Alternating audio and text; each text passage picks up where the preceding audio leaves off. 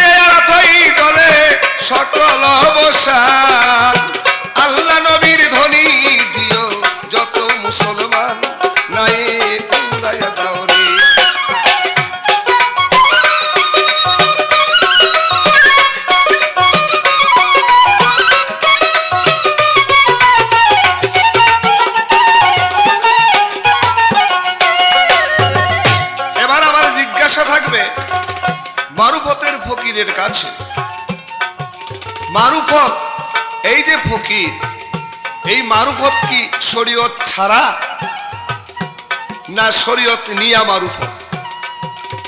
দ্বিতীয় প্রশ্ন থাকবে আমার, মারুফতটা কি গুপ্ত হতে ব্যক্ত না ব্যক্ত হতে গুপ্ত? রইল দুইটা জিজ্ঞাসা, শুনিলে বন্ধু গনা, রইল দুইটা জিজ্ঞাসা, শুনিলে বন্ধু গনা, ওরে হবে এই ভাবের আলোচনা, হবে ভাবের আলোচনা, কয় মাখন দেওয়ান আল্লাহ নবীর ধ্বনি দিও যত মুসলমান, নাই উড়াইয়া দাও রে, নাই উড়াইয়া দাও রে শরীয়তের নিশান, আল্লাহ নবীর ধ্বনি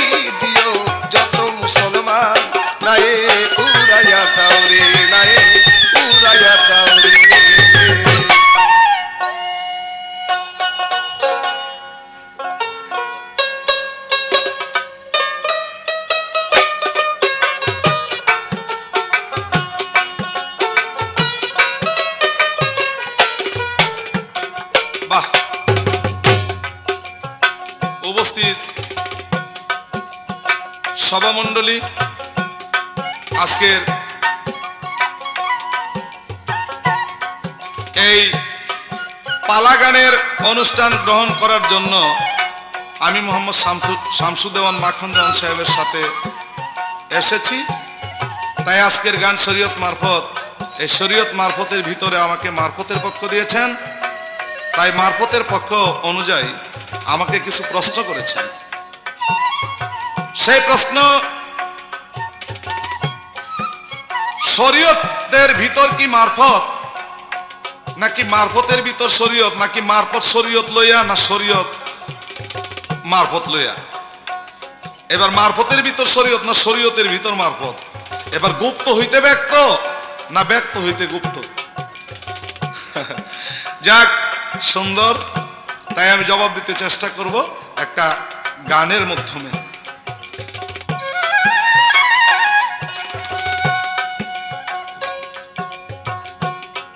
অরে রূপসাগরে ডুবলে পাবি তারে আপন ঘরে, রূপসাগরে ডুবলে পাবি তারে।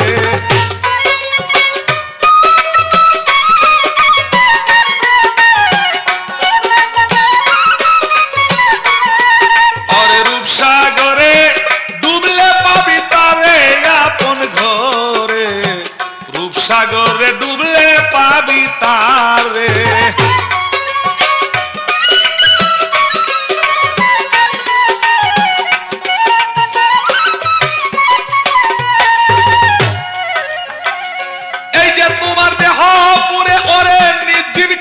সজীব করে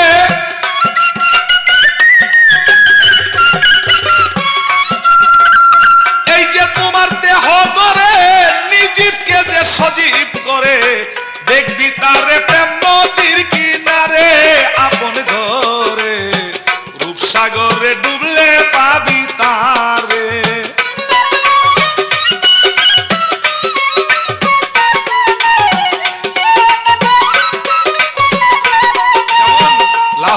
সুদ মলকুদ জমরুদ মোকাম আরওয়া মোকাম হাহুদ, খোঁজো মোকাম মাহমুদার ঘরে। হায় রে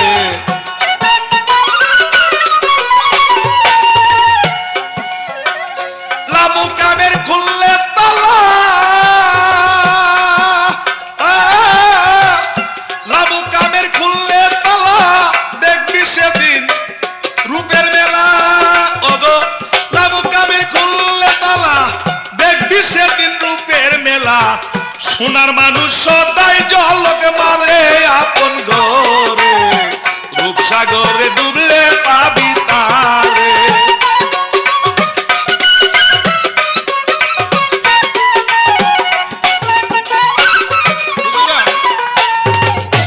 কবির বাক্যে বলে, কবির কল্পনা, কল্পনা অল্পনা, ছেলে খেলার গল্প না। আমরা করব বর্ণনা, আপনারা করবেন বিবেচনা। ধর্মসভার ঠাই আজকের কথাগুলা সুন্দর সুন্দর পাই। আমার নবী করিম সাল্লাল্লাহু আলাইহি সাল্লাম বলেছেন, শরীয়ত আকওয়ালি, শরীয়ত আমার বাক্য, আমি যা প্রদান করিয়াছি। কিন্তু শরীয়তের মধ্যে রয়েছে বেল গায়েবে কি, আল্লাহকে দেখা যাবে না, নাদিকাতার কুদরতকে বিশ্বাস করতে হবে। তাই তরিগতে আকওয়ালি, তরিগত তার কুদরতের উপর গাছ বৃক্ষ তরুলতা, পশু পাখি মানুষ গরু কিভাবে বেঁচে আছে, চন্দ্র সূর্য কিভাবে চলেছে, সেই কুদরতের উপর লক্ষ্য করে এবার তরিগতের কর্ম করতে হবে। হাকিকত তার উৎস, হাকিকত তার উদ্দেশ্য, এবং কি উদ্দেশ্যে পৃথিবীর মধ্যে আমার আগমন। আর মারফত ইসরারি, মারফত শব্দের অর্থ হইল আল্লাহর, আমার নবী করিম সাল্লাল্লাহু আলাইহি সাল্লাম বলেছেন, মারফত আমার গুপ্ত বিদ্যা। এবার গুপ্ত রহস্যকে উদ্ঘাটন করে আল্লাহর নৈকট্য লাভ করা হলো মারফত। তাইলে বলা হইল যে শরীয়ত একটি পক্ষ, তরিগত একটি পক্ষ, হাকিকত একটি পক্ষ, মারফত একটি পক্ষ। তাইলে পক্ষই চারটা। আমি বলবো মারফতের ভিতর শরীয়ত আসবে না, শরীয়তের ভিতর মারফত আসবে না। তবু একটা কথা আছে যে অন্ততপক্ষে এই চারটা তরিকা একজনের, তবে শরীয়ত আল্লাহকে পাওয়া যাবে, তরিকত করলে আল্লাহকে পাওয়া যাবে, হাকিকত করলে আল্লাহকে পাওয়া যাবে, মারফত করলে আল্লাহকে পাওয়া যাবে। তবে পাওয়া যাবে, দেখা যাবে না। শরীয়তে দেখা যাবে না, তরিকতে তার গুণ দেখা যাবে না, কুদরত দেখা যাবে, আর হাকিকতে তার গুণ দেখা যাবে এবং মারফতে তার সঙ্গে সাক্ষাৎ আলাপ সালাপ করতে পারবে। যদি ওই মারফতের উদ্ঘাটন করা হইলে এবার সেই মারফতকে যদি লক্ষ্য করে তার সাধনার দেশে গিয়া এবার আমার আল্লাহর নৈকট্য লাভ করতে পারবে। যার জন্য আমার আল্লাহ রাব্বুল আলামিন বলেছেন আমার নবী করিম সাল্লাল্লাহু আলাইহি ওয়াসাল্লামের কাছে, কি বলেছেন? মান আরাফা নাফসাহু ফাকাত আরাফা রাব্বাহু। যাজন চিনছে নিজের নফসকে, সেই ব্যক্তি চিনছে রবকে। কাজেই আল্লাহকে চিনা বাকি থাকে না যদি নিজের নফসকে চিনা হয়। এই তার একটি কথা। এবার কি মারফত কি গুপ্ত হইতে ব্যক্ত না ব্যক্ত হইতে গুপ্ত? তাই আমি বলবো আল্লাহ গুপ্ত ধনাগারে গোপন ছিলেন, প্রেমময় আবাসে সৃষ্টির সূচনা করেছেন। আল্লাহ নিজেই জানতেন না আমি আসিবা নাই। এবার মানুষের কাছে প্রকাশ করার জন্য এই দুনিয়া সৃষ্টি করে মানুষ সৃষ্টি করিয়াছে। এবার প্রকাশ হওয়ার জন্য আল্লাহ ইচ্ছা করেছিল, তবে এই ইচ্ছার মাধ্যমে প্রকাশ হইতে গিয়া কোনো ব্যক্তি তার অনুসন্ধান করতে পেরেছে, আর কোনো ব্যক্তি তার অনুসন্ধান করতে পারে নাই। যারা পারে নাই তারাই শরীয়তপন্থী, আর যারা পেরেছে তারা মারফতপন্থী। তাই আমি বলবো যে সেই মারফত গুপ্ত হইতে ব্যক্ত না, ব্যক্ত হইতে গুপ্ত। যদি আমি ব্যক্ত করি তাহলে সেটা গোপন অবস্থাকে আমি ব্যক্ত করব, আমি প্রকাশ করব, আমি সেটাকে জারি করব, আমার সাধনার বলে সেটাকে তুলে নিব। এই ছিল তার জিজ্ঞাসা। এবার আমার জিজ্ঞাসা থাকবে, শরীয়ত খুব সুন্দর জিনিস, কিন্তু নবী করিম সাল্লাল্লাহু আলাইহি ওয়াসাল্লাম বলেছেন আমি ইবাদতখানা তৈরি করার জন্য আমার আল্লাহ বলেছেন আমি মানুষদিগকে বলে দিয়েছি, তাই ইবাদতখানা তোমরা তৈরি করে সেই ইবাদতের খানার মধ্যে তোমরা ইবাদত করো, ইবাদত করলে আল্লাহ কবুল করে নেবে। কিন্তু এত বড় মর্যাদা দিয়েছেন ইবাদত ঘরকে, ইবাদত খানাকে, কাবা ঘরকে। কিন্তু নবী করিম সাল্লাল্লাহু আলাইহি ওয়াসাল্লাম কোনো এক ব্যাপারে কোনো এক মসজিদকে ভাঙার জন্য তার সাহাবীদের বললেন তোমরা জলদি চলে যাও, ওই মসজিদকে ভাঙ্গা আগুন দিয়ে পুড়ে দাও, কারণ ওই মসজিদে নামাজ পড়লে হবে না। আমার জিজ্ঞাসা, আল্লাহ এবং নবী তার দাম দিয়া আবার নবী তার মসজিদ ভাঙার হুকুম দিল কেন, এবং সেই আগুন লাগাই দেওয়ার অর্থ কি? এ আমার এক প্রশ্ন। আরেকটা প্রশ্ন থাকবে, আগে বাইতুল মুকাদ্দাস নামাজ আদায় করা হইতো ওই দিকে লক্ষ্য করে। আমার জিজ্ঞাসা, কোন দিন কোন কাজের উপর ভিত্তি করে এবার বাইতুল মুকাদ্দাস হইতে কাবা শরীফের দিকে লক্ষ্য করে নামাজ পড়া হয় কেন? এটা কোন দিন হতে আসলো?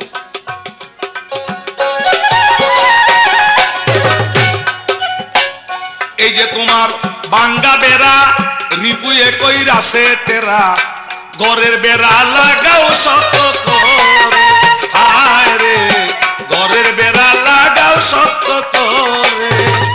এই যে তোমার বাঙ্গা বেড়া রিপুয়ে কইরাছে রে টেরা, ঘরের বেড়া লাগাও শক্ত করে।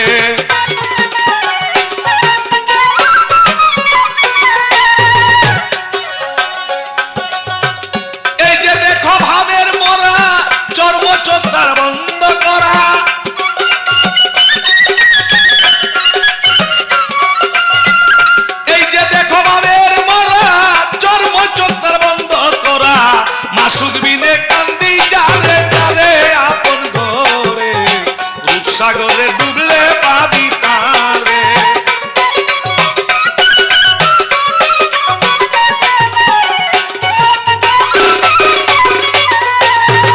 তালা মারছে কালে মাতে, চাবি রয় মুর্শিদের হাতে, মুর্শিদ ছাড়া খুলবি কেমন করে।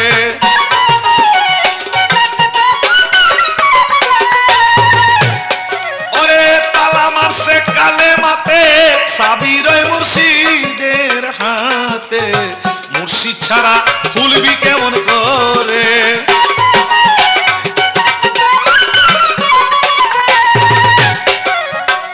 যেদিকে ঘুরাই গয়াকি,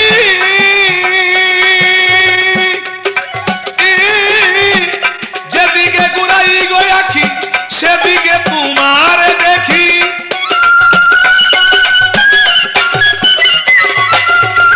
যেদিকে ঘুরাই গয়াকি সেদিকে তোমারে দেখি,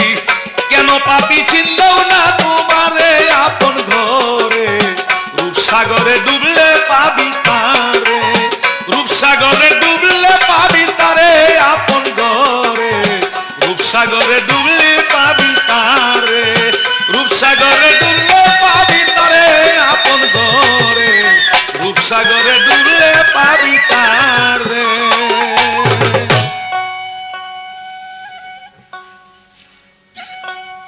বাহ, সুন্দর। আবার প্রতিপক্ষ আমার প্রশ্নের জবাব দিয়ে আমার কাছে নতুন ভাবে প্রশ্ন করে গেছে।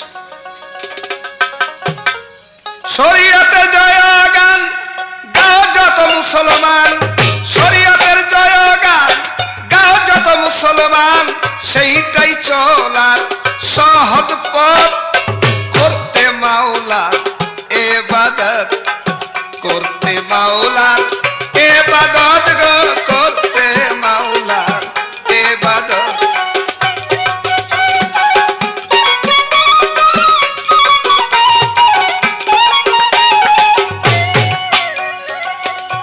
শরীয়তের পঞ্চবেনা নামাজ রোজা আর কালেমা, শরীয়তের পঞ্চবেনা নামাজ রোজা আর কালেমা, হজ যাকাত সবার জন্য না, হজ যাকাত সবার জন্য না, নাই আছে যার ধন দৌলত, করতে মাওলার ইবাদত, করতে মাওলার ইবাদত গো, করতে মাওলার ইবাদত।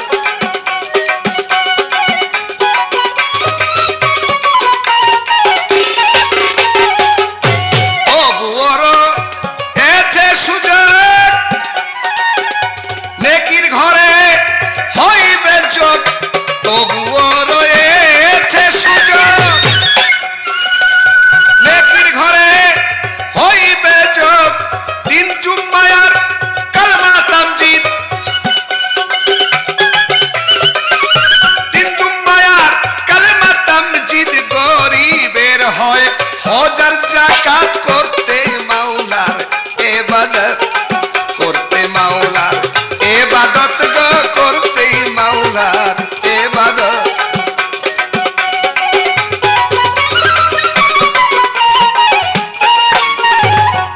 নূর নবীর পবিত্র জবান, শরীয়তের সরার বিধান, নূর নবীর পবিত্র জবান, শরীয়তের সরার বিধান, রচনা বা খনের এই গান, রচনা বা খনের এই গান, আখেরে পাইবে না জাত, করতে মাওলার ইবাদত, করতে মাওলার ইবাদত গো, করতে মাওলার ইবাদত।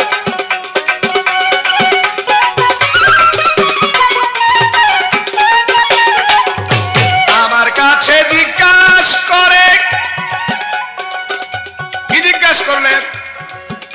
মসজিদের মধ্যে মুসলমান নামাজ আদায় করে, এই মুসলমান নামাজ আদায় করেন যে মসজিদে, পবিত্র মসজিদ, আমার রাসূল আকরাম সাল্লাল্লাহু আলাইহি ওয়াসাল্লাম এই মসজিদকে ভাঙার জন্য, পোড়ার জন্য, আগুন দেওয়ার জন্য কেন হুকুম দিলেন? ইহার মধ্যে কথা আছে। মদিনায় মসজিদ গড়লেন রাসূল পাক সাল্লাল্লাহু আলাইহি ওয়াসাল্লাম, মসজিদুল নবী, আর কোবা পল্লীতে মসজিদ গড়লেন, মসজিদুল কোবা। এই দেখে কাফেররা দেখলেন মসজিদে নবী নামাজ পড়ে, এই সুযোগে মসজিদ গড়ায় ওই আহ্বান দিয়ে নবীকে এইখানে এনে তাকে আমরা কতল করব, তার সাহাবী সহ। তাই কোবা পল্লী হইতে দূরে একটি মসজিদ গড়াইলেন, যে মসজিদের নাম হাদিস বুখারী থেকে লিখেছেন মসজিদুল জেরার। এই মসজিদুল জেরা গড়ে রাসূল পাক সাল্লাল্লাহু আলাইহি ওয়াসাল্লামকে আহ্বান করলেন, হুজুর আমরা একটা মসজিদ গড়াইছি, এই মসজিদের মধ্যে আপনি নামাজ পড়বেন, আপনার আশাব সবাইকে নিয়ে আপনি উদ্বোধন করবেন, তবেই এটা সুন্দর হবে, আপনি যেহেতু আখেরি পয়গম্বর। নামাজ পড়তে আমার নবী করিম সাল্লাল্লাহু আলাইহি ওয়াসাল্লাম যখন যাবে, আল্লাহ জিব্রাইলকে দিয়ে নবীর কাছে সংবাদ দিলেন, হে হাবিব, তুমি তো জানো না ওই মসজিদের মধ্যে ওরা এমন ভাবে হাতিয়ার ফিট করা আছে, তুমি নামাজে সিজদা দিবা আর সেই হাতিয়ার তোমার ঘাড়ের উপরে ওই পাথরখণ্ড পরে তুমি এবং তোমার আসাব সহ সবাই মৃত্যু হয়ে যাবে। যার জন্য সেটা মসজিদ নয়, মসজিদের নিয়তে করানো হয় নাই এবং মসজিদও করানো হয় নাই, সেটা করানো হয়েছে তোমাকে কতল করবার একটা ফাঁদ। তাই আমার নবী করিম সাল্লাল্লাহু আলাইহি ওয়াসাল্লাম বললেন, ওটা তো মসজিদ নয়, যদিও নাম দিয়ে থাকে মসজিদুল জেরার, মূলে সেটা আমাকে নিহত করার জন্য তারা ফাঁদ পেতেছে। তাই তাদের আসাবকে হুকুম দিলেন, এই মসজিদের মধ্যে আগুন দাও, এই মসজিদকে ভেঙে ফেলো। এই তো একটা জিজ্ঞাসা ছিল, আরেক কথা চেয়ে গেল, এই তো একটা জিজ্ঞাসা ছিল, আরেক কথা চেয়ে গেল, সেই কথাও বলতে হইল, সেই কথাও বলতে হইল, পালা যখন আমার শরীয়ত করতে মাওলার ইবাদত।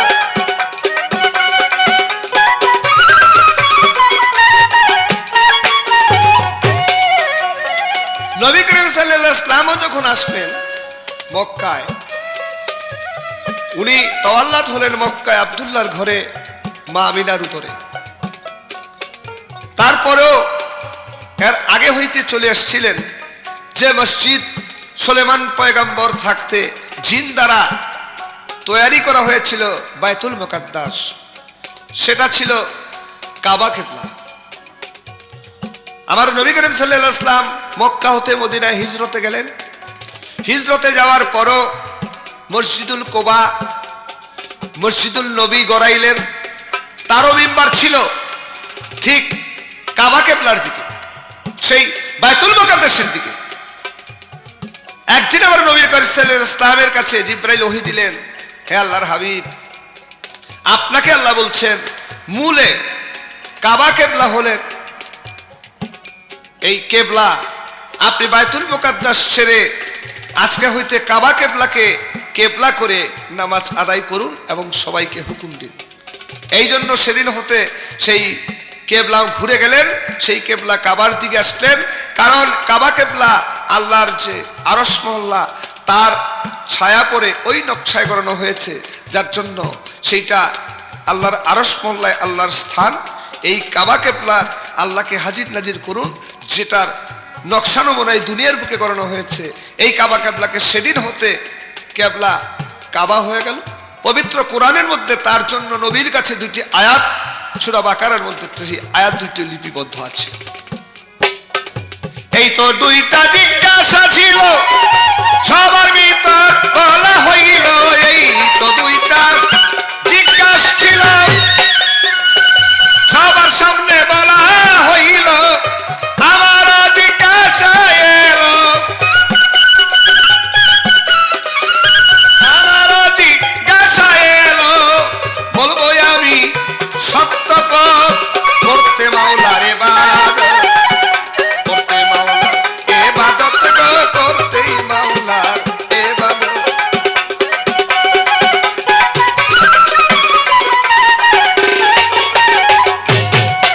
আমার প্রতিপক্ষ মারুফতের জবাব দিতে গিয়ে বললেন, শরীয়তের মাঝে আল্লাহকে দেখা যায় না, মারুফতে আল্লাহকে দেখা যায়। তাই আমি জানতে চাই মারুফত মতে আল্লাহ কিরকম? কারণ আমরা তো মনে করি দেখার চেয়ে তার কর্ম করা শ্রেষ্ঠ। ধরুন সমগ্র বাংলাদেশ ব্যাপী সোনালী ব্যাংক আছে, সোনালী ব্যাংকের শাখা সমগ্র বাংলাদেশে আছে। এই সোনালী ব্যাংক সবগুলির হেড অফিস একটা, এবং সেখানেই বসেন এমডি। এমনও কর্মচারী আছে এমডি কে দেখেন নাই। আর যদি উনি এমডির কাছে গিয়ে বসে থাকে, তার যে ডিউটি ওই ডিউটি না করে, তাহলে তার চাকরি থাকবে না। মনিব যা হুকুম করে, মনিবের হুকুম তামিল করা কর্তব্য।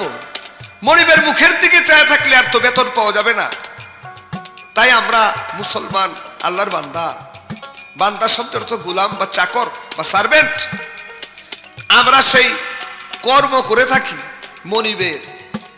বাবা একটা কথা খেয়াল রাখতে হইব, মনিব যদি হুকুম দেয় কাজ করার জন্য, আর সে কাজ করে যদি না কাজ করে মনিবের সামনে বসে থাকে, তাহলে মনিব তাকে ভালোবাসবে না।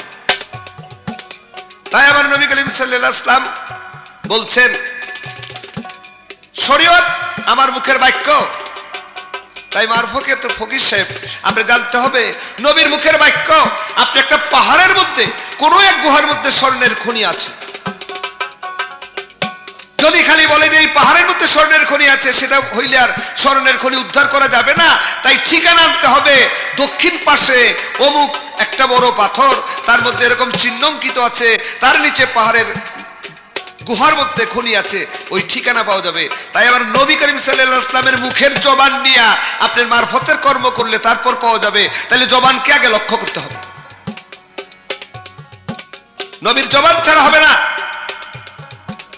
যার জন্য জবান না ঠিক থাকলে তার মারফত ঠিক থাকে না, তার হকিকত ঠিক থাকে না, তার তরিকত ঠিক থাকে না, তার শরীয়তও ঠিক থাকে না।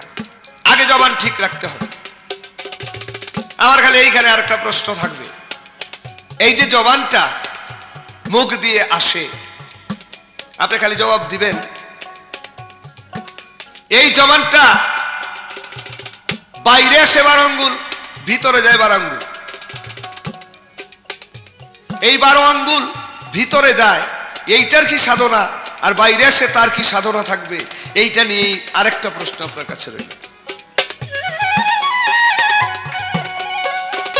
নূর নবীর পবিত্র জবান, শরীয়তে সরার বিধান, নূর নবীর পবিত্র জবান, শরীয়তের সরার বিধান, রচনা মাখনের এই গান, রচনা মাখনের এই গান, আখেরে পাইবে না জাত, করতে মাওলার ইবাদত, করতে মাওলার ইবাদত গো।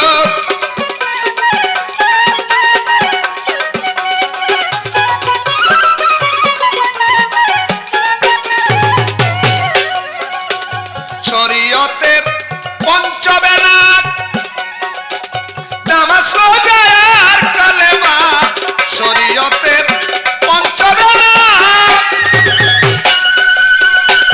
নামাজ রোজা আর কালেমা, হজ যাকাত সবার জন্য না, হজ যাকাত সবার জন্য না, না আছে যার ধন দৌলত, করতে মাওলার ইবাদত, করতে মাওলার ইবাদত গো, করতেই মাওলার ইবাদত।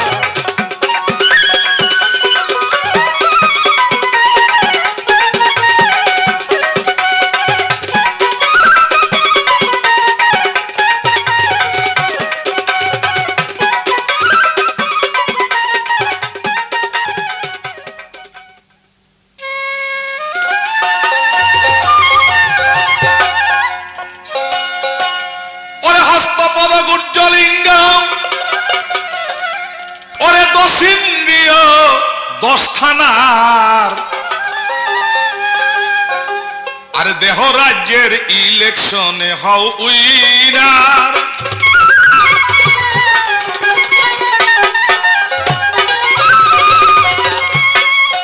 হস্তপদ গুর্জলিঙ্গ, দশিন্দ্রিয় 10 থানার,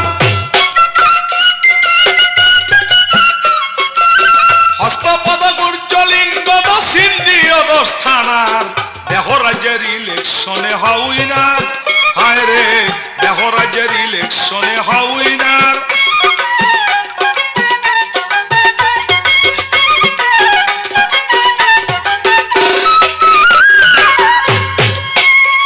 মনরে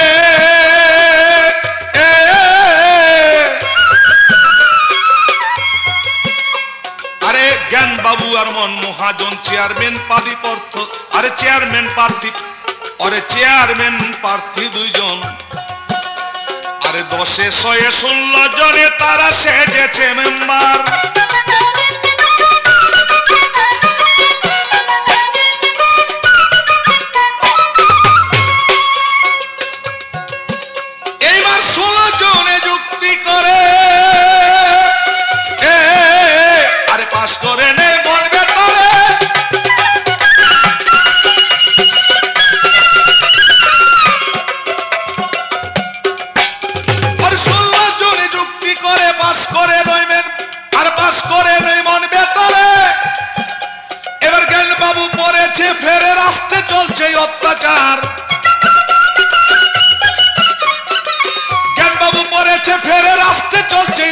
অফিসার দেহ রাজ্যের ইলেকশনে হও উইনার।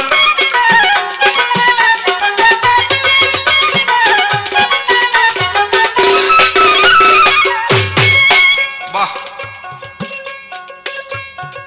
আমার যা প্রশ্ন ছিল সেই প্রশ্নগুলোর জবাব সুন্দরভাবে দিয়েছেন। এবার শরীয়তের পক্ষ সুন্দরভাবে প্রশ্নের জবাব করে এবার আমার কাছে কিছু জানতে চাইলেন। কি জানতে চাইলেন?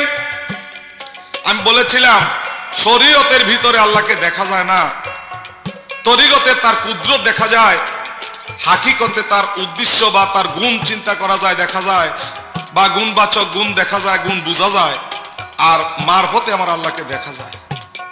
তাই আমার কাছে চাইলেন যে যদি মারফতে আল্লাহকে দেখা যায় তাহলে মারফতে আল্লাহকে দেখতে কেমন?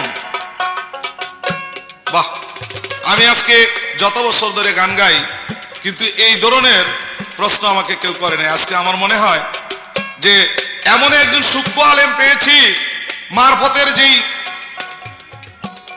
মারফতের যেই কথাগুলা এগুলা সুন্দরভাবে সে শুইনা বোধহয় হৃদয়ঙ্গম করবে আমার মনের আশা হয়। তা না হইলে এইভাবে আমাকে প্রশ্ন করে না। তবে হুজুর, আল্লাহ নিরাকার রব্বিল আলামিন শরীয়তে বলে,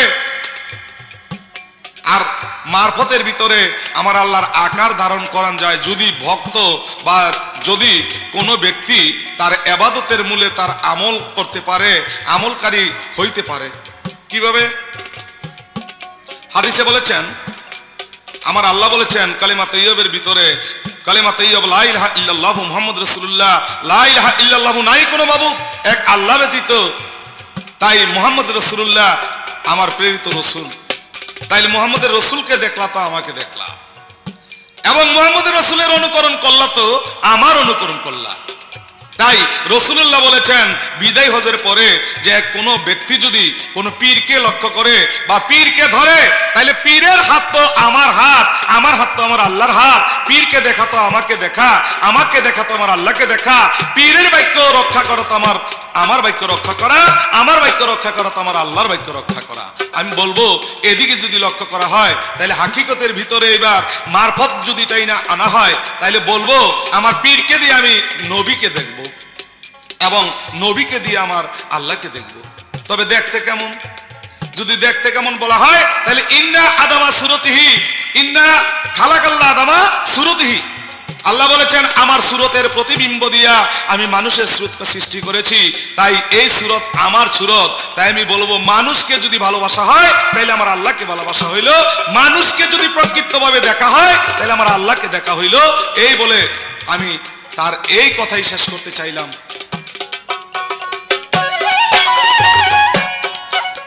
মনরে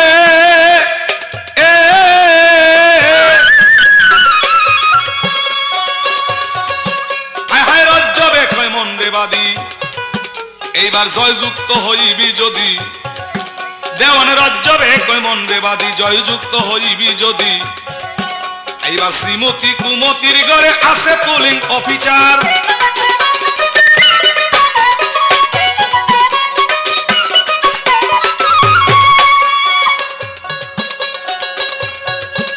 মনরে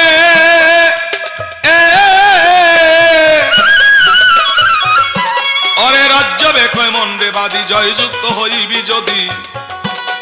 শ্রীমতী কুমতির ঘরে আছে পুলিং অফিসার,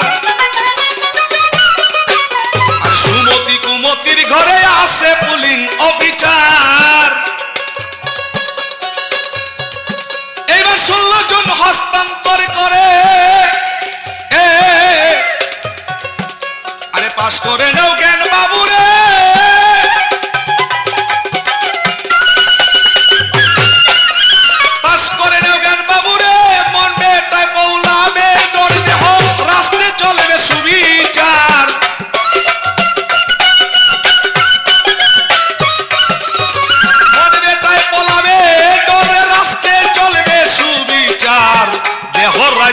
ইলেকশনে হাউইনার।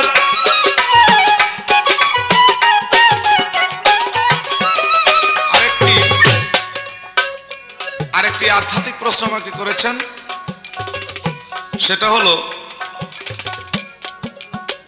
আমার ভিতরে শ্বাস প্রশ্বাস আসতেছে আর যাইতেছে। তাতে বলা হইল 24 আঙ্গুল তার পাওয়ার, ভিতরে 12 আঙ্গুল, বাইরে 12 আঙ্গুল। তাই আমি বলবো ভিতরের 12 আঙ্গুলকে কমাইতে পারলে তো তোমার সাধনই শেষ হইল, কিন্তু বাহিরের 12 আঙ্গুলকে যদি কমানো যায় তাইলে সে মানুষ দাবি করতে পারে যে আমি একজন প্রকৃত মানুষ দাবি করতে পারবো। কাজেই 21,600 গুনতিতে যার হবে কমতি, সে হবে মানুষ রতন। তাই শুধু গুনতিতে কমতি করলে চলবে না, তার পাওয়ারকেও কমাইতে হবে। তাই সাধক বলেছেন যে এই আঙ্গুলিগুলা বা এই 12 আঙ্গুল দুম যদি কেউ কমাইতে পারে তাহলে সেই ব্যক্তির অনেক কিছু সাধনা হয়ে যায়, তখন তার নিজকে নিজে বিলীন করতে পারে, এত বড় ক্ষমতার মধ্যে সে চলে যাইতে পারে। তাই আমি বলবো যেমন 1 আঙ্গুল দুম কমাইলে জায়গা স্বপন দেখে মূলে, আরে 1 আঙ্গুল দুম কমাইলে আরে জায়গা স্বপন দেখে মূলে, 2 আঙ্গুল কমাইলে পরে বাস্তব তিনি দেখতে পায়।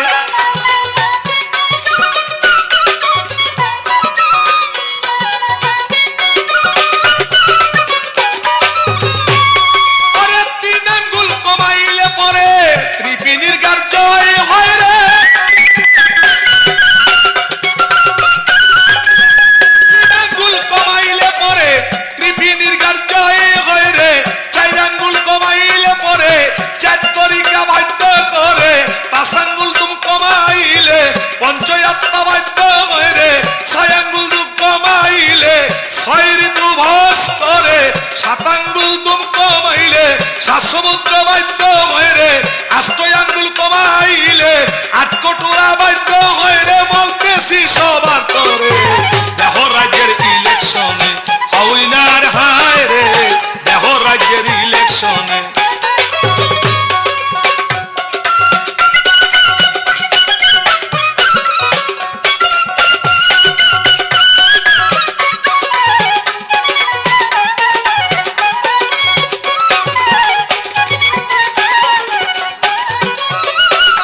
মনরে 9 আঙ্গুল দুম কমাইলে 9 দরজা বন্ধ করে, 10 আঙ্গুল কমাইলে পরে এই দেহের 10 ইন্দ্রিয় জয় হয় রে। 11 আঙ্গুল কমাইলে পরে আকাশ দিয়া উঠতে পারে, 12 আঙ্গুল কমাইলে জন্ম মৃত্যু বারণ হয় রে। এই তো হইল সাধনার ঘর বলছি রে ধীরে ধীরে।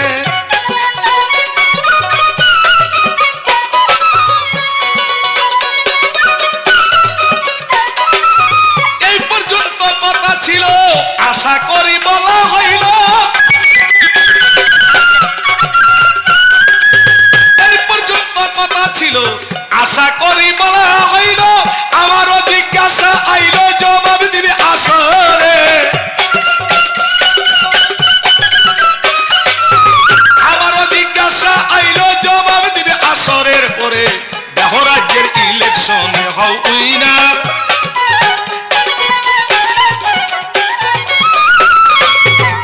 যাই হোক, এবার আমার জিজ্ঞাসা থাকবে, সুন্দর করে জবাব দিয়েছে, কাবাঘর দিকে লক্ষ্য করে নামাজ পড়া হয়। আমার নবী করিম সাল্লাল্লাহু আলাইহি সাল্লাম বলেছেন, বাহ। কিন্তু হাদিসের মধ্যে পাইলাম 1 ওয়াক্ত নামাজ যদি কোনো ব্যক্তি কায়দা করে তাহলে সেই ব্যক্তির জন্য নাকি 80 হুব্বা বছর হইল দুজক, 1 হুব্বাই হইল 80 বছর। কিন্তু আমার জিজ্ঞাসা থাকবে, নবী করিম সাল্লাল্লাহু আলাইহি ওয়াসাল্লাম তার জীবনে নামাজ যখন ফরজে আইন হইল তখন তিনি ইচ্ছা করে একদিন মাগরিবের নামাজ কায়দা করলো কেন? এই মাগরিবের নামাজ কায়দা করলো কেন?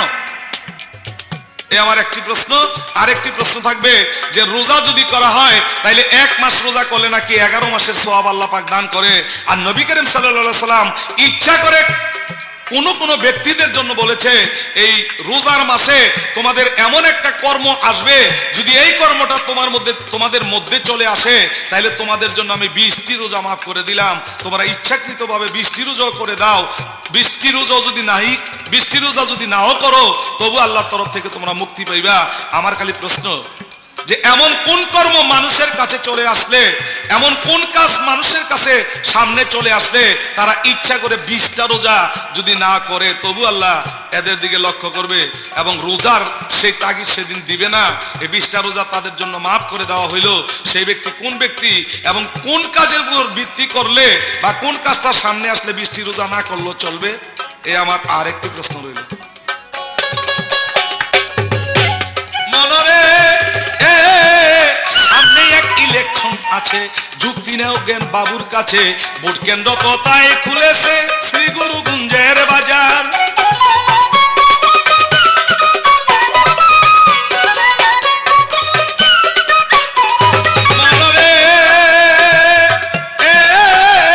আর সামনে এক ইলেকশন আছে, যুক্তি নেও জ্ঞান বাবুর কাছে, ভোট কেন্দ্র তো তাই খুলেছে শ্রী গুরুকুঞ্জের বাজার।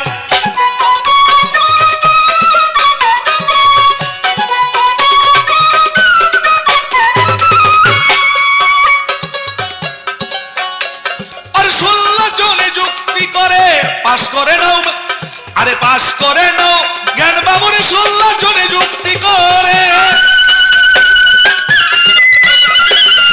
পাস করে নাও জ্ঞান বাবুরে, মন বেটায় পলাবে ডরে দেহ রাষ্ট্রে চলবে সুবিচার। মন বেটায় পলাবে ডরে দেহ রাষ্ট্রে চলবে সুবিচার। দেহ রাজ্যের ইলেকশনে হও উইনার।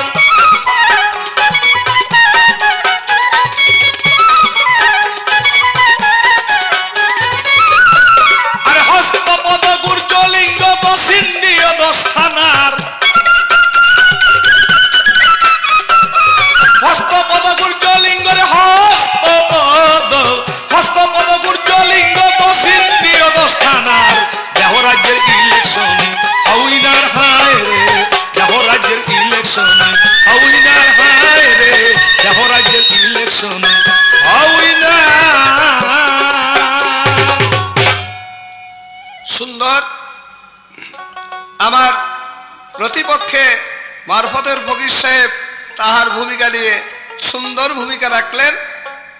এর মধ্যে একটি কথা আমার বিবেকে বাঁধলো। রাসূল পাক সাল্লাল্লাহু আলাইহি ওয়াসাল্লামকে যে দেখলো সেই মনে করে যেন আল্লাহকে দেখলো। ভাইরে, রাসূল করিম সাল্লাল্লাহু আলাইহি ওয়াসাল্লাম তো বিয়ে শাদী করছে। রাসূল করিম সাল্লাল্লাহু আলাইহি ওয়াসাল্লামের সন্তান আদি ছিল। রাসূল করিম সাল্লাল্লাহু আলাইহি ওয়াসাল্লাম দুনিয়ার বুকে আহার করেছে, তাও প্রমাণ আছে।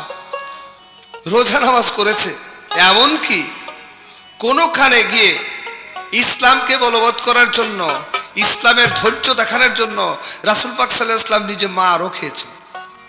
তে আপনার কথায় বোঝা যায় আল্লাহকে কি আপনি মায়ের খাওয়াইলেন? তাই যদি হয়, হাদিস দলিল সম্পূর্ণ প্রমাণ করে হায়শরের দিন রাসূল সুপারিশ করবেন আর আল্লাহ হাকিমুল হাকিম কাজী হয়ে বিচার করবেন। এখানে তো সম্পূর্ণটা ভিন্ন দেখা যাইতেছে। আমরা কোরআন হাদিস মোতাবেক সমস্ত মুসলমান সমাজ জানে যে আল্লাহর কোনো স্ত্রী নাই, আল্লাহর কোনো আহার নাই, আল্লাহর কোনো নিদ্রা নাই, আল্লাহর কোনো সন্তানাদি নাই। কিন্তু এখানে রাসূল পাক সাল্লাল্লাহু আলাইহি ওয়াসাল্লামের তো সব আছে, দুইটার মিল হলো কেমনে? কথা কি, এক লোকের দুই ছেলে, বড়টার করেছে বিয়া, ছোটটা একটু আর কি উনার মতো, উনি না উনার মতোই আর কি মগা রকম। তো বাপ মা চিন্তা করে যে আমরা কখন মরে যাই, যাক এটারে বিয়ে শাদী করাই দিই। তোরা বিয়ে করেছিস মগারে, বিয়ে করার বাড়িতে আসছে। এখন মগার স্ত্রী 2-3 দিন পরে নায়র যাবে, নায়রি নিতে আসছে। যখন নায়রি যাবে, তো বড় ভাবি বলছেন যে এক কাজ কর, নায়রি যখন যাবি গিয়া শ্বশুর আব্বাকে সালাম কর। শ্বশুর আব্বারে সালাম করছেন। শ্বশুর আব্বা বলছে থাক থাক মা, সালাম লাগবে না, দোয়া করি আল্লাহ তোমাদের সুখে রাখুক, তাড়াতাড়ি নায়র করে আইসা পড়ে যাও মা যাও। শাশুড়িকে সালাম করছে, শাশুড়িও ওই রকমই বলছেন যা থাক থাক, সালাম লাগবে না মা, দোয়া করি আল্লাহ যেন তোমাদেরকে সুখী করে, তাড়াতাড়ি নায়র করে আইসা পড়ে। আর মগাই দিক দেখালি ফুলতাছে, হ্যাঁ বিয়ে করে আনছে আমি আর সালাম করবো তাদের। তো ভাবি তো বুঝতে পারছে যে মগাটা কেন না কি কয়ে বসে, তিনি নিয়ে গেছে। এবার এই যার কাছে বিয়ে করছিস তারে সালাম করবি না? তো গেছে সালাম করতে। এইবার স্বামীরে মগার পায়ে হাত দিয়ে যখন সালাম করতেছিল মগা বলে উঠছে, থাক থাক মা, সালাম লাগবে না, মাগো সুখে থাকো, দোয়া করি, তাড়াতাড়ি নায়ক করে আইসো যাও। মগার মা এটা শুই না বড় একটা ঝাড়ু নিয়েছে, এই গোলামের ঘরে গোলাম, তুই এইটা কি বললি? ও আমাদের ছেলের বউ বিধায় মা বলছি, তুই মা বললি কেন? মগা বলে যে আমি তো মনে করেছি যে সালাম করলে বুঝি এইরকমই দোয়া করতে হয়, তা আমার ভাইজান ফকির সাহেব যেমন এইরকমই দোয়া করলে নাকি। শরীয়ত সত্য জবান হে মুসলমান, ঠিক রেখো ইমান, শরীয়ত সত্য জবান হে মুসলমান, ঠিক রেখো ইমান।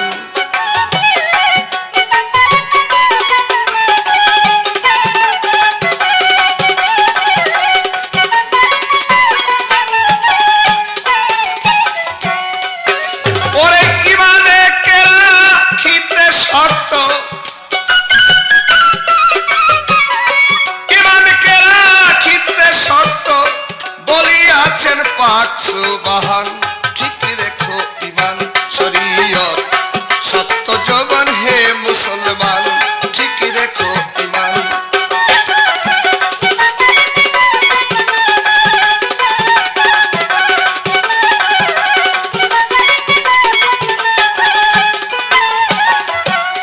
ইমানকে দুই ভাগে করে বিভক্ত,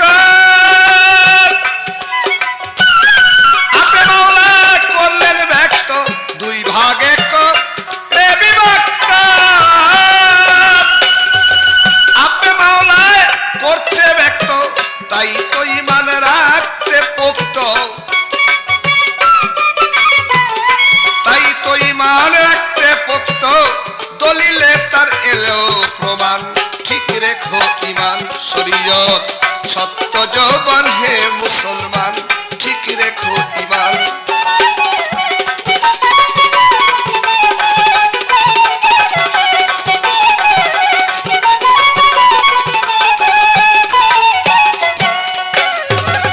ইমানেতে হয় মুজাম্মেল, ইমানেতে হয় মুফাসসিল, ইমানেতে হয় মুজাম্মেল, ইমানেতে হয় মুফাসসিল, শরীয়তের তালকিন দিলে আগো শরীয়তের তালকিন দিলেন বারংবার মোর রাসূল দেওয়ান, ঠিক রেখো ইমান, শরীয়ত সত্য জবান হে মুসলমান, ঠিক রেখো ইমান।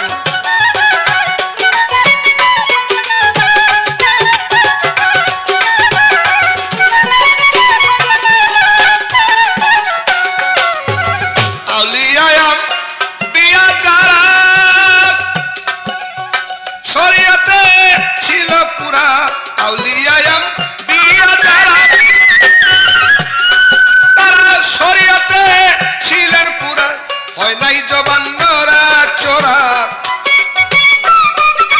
হয় নাই জবান নড়া চোরা, ইমানের সাথে মৌত পান, ঠিক রেখো ইমান, শরীয়ত সত্য জবান হে মুসলমান, ঠিক রেখো ইমান।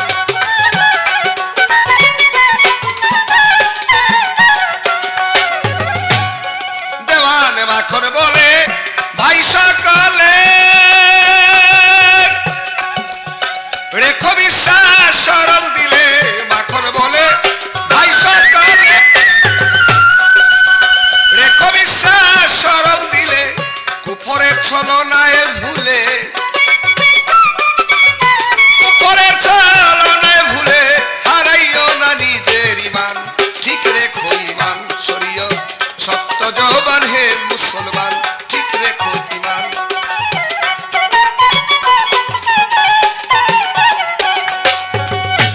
আমার কাছে জিজ্ঞাসা করে আমি ভুলি নাই তা মনে পড়ে, আমার কাছে জিজ্ঞাসা করে, কি জিজ্ঞাসা করলেন? জবাব দাও। এক ওয়াক্ত নামাজ কায়দা করলে 80 হুপা দুজন কায়দা করলে, কিন্তু নামাজ কোন ওক্তে যদি বাদ পড়ে কোনো কর্মের বিনিময়ে, কোনো জরুরি দরকারে, তবে সেই কায়জা নামাজটা আদায় করা যায়। সেটা কেন? হঠাৎ করে রমজান আসে, 10 তারিখে যুদ্ধের সংবাদ আইসা গেল আমার নবীজির কাছে। নবী বাধ্য হইয়া ইসলামকে বলবৎ রাখার জন্য, মুসলমানদের ঝান্ডা উত্তোলন রাখার জন্য 10 তারিখে যুদ্ধের জন্য রওনা হলেন। তাই যখন রওনা হয়েছেন যুদ্ধক্ষেত্রে, আমার রাসূল করিম সাল্লাল্লাহু আলাইহি ওয়াসাল্লাম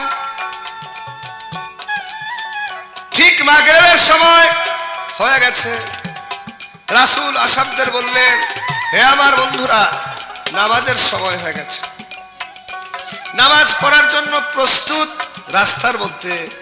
এমন সময় জিবরাইল বললেন, আল্লাহর হাবিব, আপনি এখানে নামাজ পড়বেন না, আপনি এখানে নামাজ পড়বেন না, চতুর্দিকে শত্রুরা ওত পেতে আছে, আপনি সামনে বেড়ে যান, মজদুলফায় যান, মজদুলফায় যায় আপনি নামাজ আদায় করুন। রাসূল পাক সাল্লাল্লাহু আলাইহি ওয়াসাল্লাম সেখান হতে মজদুলফায় গেলেন। মজদুলফা যাইতে যাইতে ঠিক তার আসরের ওয়াক্ত হয়ে গেল। রাসূল তাই মাগরিবের ওয়াক্তের নামাজ আগে কায়জা নামাজ আদায় করে নিয়ে মজদুলফায় আবার রাসূল পাক সাল্লাল্লাহু আলাইহি ওয়াসাল্লাম ইশার নামাজ আদায় করলেন। আজ পর্যন্ত যত হাজিরা যায়, ঠিক মজদুলফায় যায় মাগরিবের কায়জা নামাজটা ইশার আগে পড়ে, ইশার নামাজে আজানের পরে আবার সেই ইশার নামাজ আদায় করেন। আজ পর্যন্ত তার প্রমাণ আছে। আরো একটি প্রশ্ন করেছে, বড় জটিল, কোন কোন কর্মের বিনিময়ে তার জন্য রোজা মওকুফ করা হয়েছে, সেটা হলেন ধর্মযুদ্ধে জিহাদীদের জন্য। তাই রমজানের 10 তারিখে রাসূল পাক সাল্লাল্লাহু আলাইহি ওয়াসাল্লাম যখন যুদ্ধে রওনা হইলেন, ডাক দিয়ে উম্মতদেরকে বললেন, তোমরা কেউ রোজা রেখো না, কারণ দিনের বেলা রোজা রাখবে আর যুদ্ধক্ষেত্রে যায় একটু রক্তাক্ত হবে, তাতে রোজা নষ্ট হয়ে যাবে, তার চেয়ে আর দুর্বল হয়ে যাবে, যার জন্য সবল থেকে আগে ধর্মকে রক্ষা করা উচিত।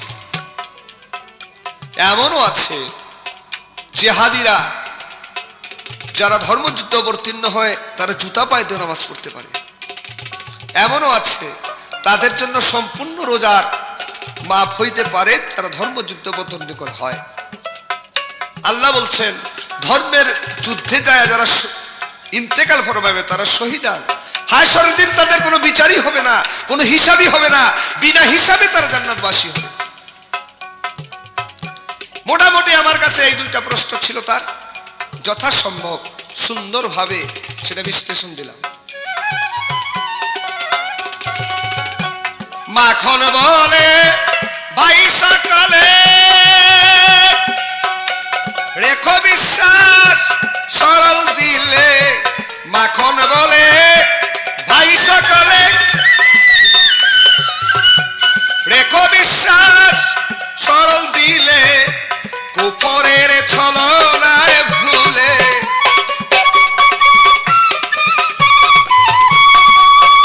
আরে কুফরের ছলনায় ভুলে হারাইও না নিজের ঈমান, ঠিকই রেখো ঈমান শরীয়ত সত্য জবান হে মুসলমান, ঠিকই রেখো ঈমান শরীয়ত সত্য জবান হে মুসলমান, ঠিকই রেখো ঈমান।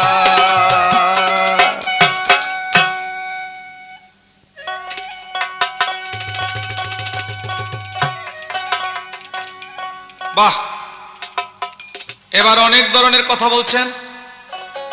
তাই অনেক ধরনের কথার মধ্যে আমি একটা কথা বলেছিলাম যে আমার নবীকে দেখলে আমার আল্লাহকে দেখা হয়, এবং নবীর হাত ধরলে আমার আল্লাহর হাত ধরা হয়। এই জন্য নবী বিয়ে করছে, নবীর পোলাপাই নিছে, নবীর ঘর সংসার আছে, আমার আল্লাহ তো বিয়ে করে নাই, আল্লাহর তো ঘর সংসার নাই, আল্লাহর তো পরিবার নাই, তো এটা কেমন হলো? কিন্তু আমি কথাটা যেই ধরনের বললাম, যেই জায়গায় বললাম, ওই জায়গায় যদি লক্ষ্য করা হয়, তাহলে আমি বলবো যে একমাত্র আমার আল্লাহ পরিচিত হইল একমাত্র নবী আর রাসূল আকরাম সাল্লাল্লাহু আলাইহি ওয়াসাল্লামের উসিলায়। তবে এই কথা বলতে গেলে হয়তো ক্যাসেটে কুলাবে না, যার জন্য কথাটা এখানে সীমা রাখলাম। জ্ঞানী যারা তারা অবশ্যই লক্ষ্য করবেন, এই দিকে লক্ষ্য করবেন। এবার একটা কিসা দিছে খুব সুন্দর, মগারে বিয়ে করাইছে আর মগায় বলে গিয়া ওই স্ত্রী নাকি নাইর যাইব আর শ্বশুরে সালাম করে শাশুড়িরে সালাম করে, এরা কয় যাও মা সুখে থাকো, বেড়াই আইসো, তাড়াতাড়ি আইসে পড়ো। আর মগায় বলে ভুলতেছে, আর মগারে গিয়া সালাম করছে মতন মগায় বলে দেখা দেখি কয় যাও লক্ষ্মী মা বেড়াই আসো, তুমি ফেরত আইসো, এই সালাম লাগবে না, সালাম লাগবে না। এই কথাটা কিন্তু বানট কথা, এটা কিন্তু ঠিক না। কারণ একটা লোক মগা হোক আর যাই কিছু হোক, তার জন্য স্ত্রীকে মা ডাকতে পারে না। আসলে সে শুনতে ভুল করেছে। বলছে মগা এই কথাটা যে যাও মায়ে যখন কয় তাই তুমি বেড়ায় আসো, এইটা বলছিল। তার জন্য আমার একটা কথা ছিল ছোট্ট, আমি না বললেও পারবো না। কি এ মগায় তো গেছে আর ওই তার স্ত্রীও গেছে, আসার সময় শালি শালা তারা হয়তো টিটকারি দেয়, ইতরামি করে। এই মগা মগা করে যে ইতরামি করস, যাওয়ার সময় একটা কিছু কয়ে যাম। বাড়ি থেকে নাইমা জন বেড়ে আইসা পরে এবার মগার শাশুড়ি কয় ওই দেখতো কি জানি জামাই বলে কইয়া যাব। এই কথা যখন কইছে এবার শালি শালা তারা সামনে গিয়ে এই মগা দুলা ভাই তুমি না বলে কি কইয়া যাইবা। এবার গাড় ডানা ফিরে চোখটা লাল করে কয় মগা মগা করস, মগা কি তোকে বাপ লাগে? তাইলে তুমি মগার তুলনা যা দিলে, মগায় কি তোমাকে বাপ লাগে নাকি? শামসুদ্দৌলার সঙ্গে কথা কইতে হইলে একটু চিন্তা করে কইতে হইব। মারফতে হইল অমূল্য রতন রে, মারফতে হইল অমূল্য রতন, মারফতে হইল অমূল্য রতন রে ভালো, মারফতে হইল অমূল্য রতন রে।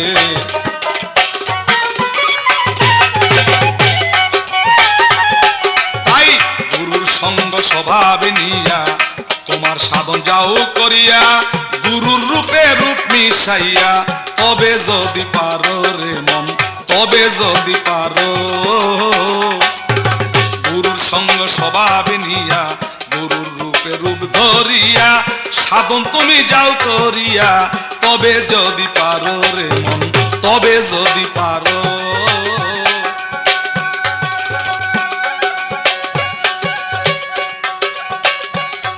এবার মারফত যদি করতে হয়, মারফত যদি করতে হয়, মারফত যদি করতে হয়, করো সাধন ভজন রে ভালো, মারফত হইল অমূল্য রতন রে।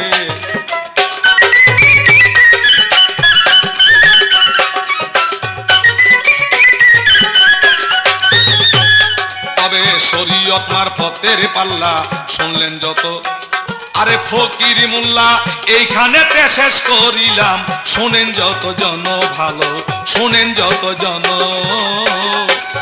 শরীয়ত মারফতের পাল্লা শুনলেন যত ফকির মোল্লা, এইখানেতে শেষ করিলাম, শুনবেন সর্বজন ভালো, শুনবেন সর্বজন।